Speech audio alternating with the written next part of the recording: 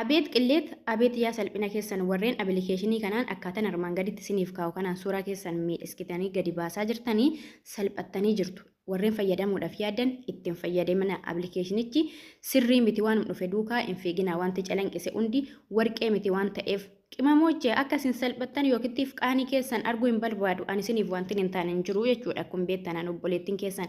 Kanaaf ittiin fayyadamina warreen itti fayyadamuudhaaf akka kiyya yaada hin qabne immoo baga gammaddanii abilikeeshinichi si'iif akka kanaan suuraa miidhaskee gadi siif baasee siif kenna garuu qaama qullaatti jijjiiree biizinasa mataa isaatiif itti fayyadama. Kanaaf irraa of eeggannoo taasisaa waan tokko yeroo abilikeeshinii isaa gadi buufattanii akkaataan armaan olitti isiniif barreessu kanaan Google keessa deematii sarchi godhaa ilaala barreeffama isiniif fidu ilaala. Duraan dursa dubbisaa zim jettanii duukaa hin fiiginaati.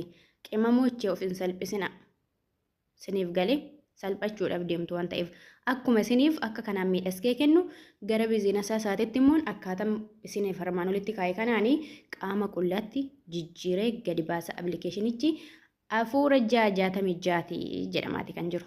Kanaaf of eeggannoo taasisaa qimamoochee kiyya. Eshi viidiyoo qullaa gadi isiniif guuruudhaaf deema waan ta'eef.